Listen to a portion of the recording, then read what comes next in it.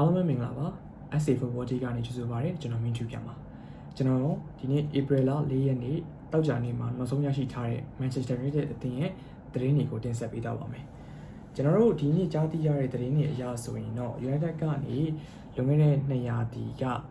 IS ကနေပြီးတော့ပြောင်းရွှေ့ချေပေါင်တန်း100နဲ့ပြောင်းရွှေ့လာတဲ့ Anthony ပေါ့လေလက်ရှိမှာ Anthony ဟာ Real Betis မှာအငှားကစားနေတယ်သူရဲ့ကောင်းမွန်တဲ့ခြေစွမ်းတွေကြောင့်သူ့ကိုခေါ်ခြင်းတဲ့အသင်းတွေအများကြီးရှိနေတယ်အဲ့အသင်းတွေကနေဒီနေ့နာမည်ထပ်ထွက်လာတဲ့အသင်းက Arsenal ကတော့သူ့ကိုခေါ်ယူဖို့အတွက်ထဲထဲဝင်ဝင်လှုပ်ဆောင်နေရမျိုးတော့မရှိသေးဘူးဒါပေမဲ့သူ့ကိုစိတ်ဝင်စားဟန်နေတော့ပြနေတယ်ဆိုပြီးတော့ကျွန်တော်တို့သတင်းတွေမှာသိထားရတယ်ဒါပေမဲ့လက်ရှိသူကစားနေတဲ့ Real Betis ကလည်း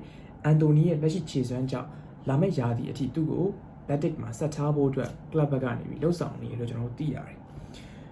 နောက်တစ်ပုတ်ကတော့ကျွန်တော်တို့ဒီ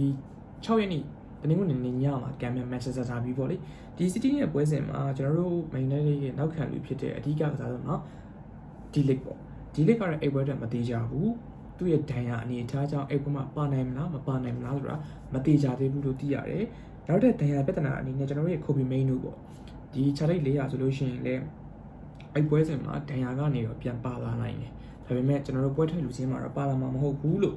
ဒါဒီနေ့ညသိထားတဲ့သတင်းတွေအရကျွန်တော်တွေ့ရတယ်နောက်ထပ်သတင်းတစ်ပုဒ်က United ရဲ့တိုက်စစ်ပိုင်းအလောက်အခန့်ပြောင်းရွှေ့သတင်းပေါ့ကျွန်တော်လက်ရှိအနေအထားအရ United ကတိုက်စစ်ပိုင်းမှာRice Mark Haaland နဲ့ Zaxi 2ယောက်ရှိတယ်ဒါပေမဲ့ United ဒီတိုက်စစ်နေရာအတွက်တကယ်ကိုတောင်းပြီးတိုက်စစ်မှုတွေခေါ်ချင်တယ်အဲ့အတွက် United ကအခုလိုက်နေတဲ့ player တွေကနေပြီးတော့အခုနောက်ထပ်စိတ်ဝင်စားပြီးတော့လိုက်နေတဲ့ player က Premier League Club Wolverhampton အသင်းကကျွန်တော်တို့ဒါ Matthiasခုညာပေါ့လေဒီခုညာကို United ကခေါ်ယူဖို့တဲ့စိတ်ဝင်စားနေလက်ရှိမှာခုညာကိုခေါ်ယူဖို့စိတ်ဝင်စားနေတဲ့ club တွေအများကြီးရှိတယ်ဒါပေမဲ့ခုညာကိုရိုင်းကသူကိုရိုင်းက Champions League မှာကစားနေတယ်အဲ့တော့ United အနေနဲ့ Champions League ဝင်ခွင့်မရဘူးဆိုရင်တော့ခုညာကိုလည်းမေ့ထားလို့ရတဲ့အနေအထားမှာရှိတယ်အဲ့လိုပဲ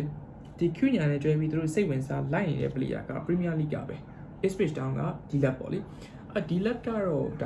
ကျွန်တော်တို့စာချုပ်ပါအနေထားရဆိုလို့ရှိရင်သူတို့အတင်တန်းဆင်းသွားခဲ့လို့ရှိရင် Euroပေါင်တန်း40နဲ့ခေါ်ယူခွင့်ဆိုရဲစာချုပ်ဖြတ်သိမ်းရေးရှိတယ်။ဒါပေမဲ့ United ကအဲ့ပေါင်တန်း40မပေးချင်ဘာလို့လဲဆိုတော့ United ရဲ့ director ဖြစ်တဲ့ကျွန်တော်တို့ဒါ Jason Whitcock ပေါ့လေ Jason Whitcock ကတော်တော်လေးဒီ level မှာဩဇာလွှမ်းမိုးမှုရှိတယ်။ဩဇာလွှမ်းမိုးမှုရှိတယ်ဆိုတော့တချို့သတင်းတွေမှာကျတော့လေသူတို့နှစ်ယောက်ကယဉ်ညီတယ်တချို့သတင်းတွေမှာကျတော့လေသူတို့နှစ်ယောက်ကဒီ Whitcock ကဒီ level မှာဩဇာလွှမ်းမိုးမှုရှိတယ်ဆိုပြီးဖော်ပြရတာတယ်။အဓိကဘာလဲဆိုတော့ဒီ City Academy မှာတော့က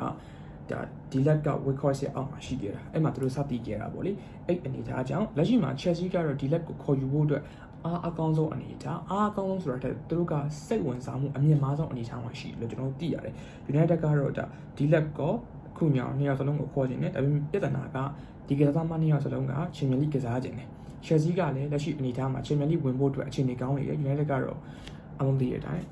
Champions League ကတော့ဝင်နိုင်ခြေခက်တယ် Europa League မှာဝင်မှာပေါ့လေနောက်ထပ်သတင်းတစ်ပုဒ်ကတော့ Man United ရဲ့ကင်းထောက်အဖွဲ့ကကျွန်တော်တို့အီတလီမှာရှိတဲ့ဒါကျွန်တော်တို့ player ကြီးเนาะ legend player ကြီးဖြစ်တဲ့ De Gea ကစားနေတဲ့ Fiorentina အသင်းကဒါအီတလီနောက်ခံလူကူမူဆိုတဲ့ player လေးကိုလိုက်ကြည့်နေဒီ chart ကိုကျတော့ကျွန်တော်တို့ကဒီ long term plan အတွက်ကြည့်နေတာကျွန်တော်တို့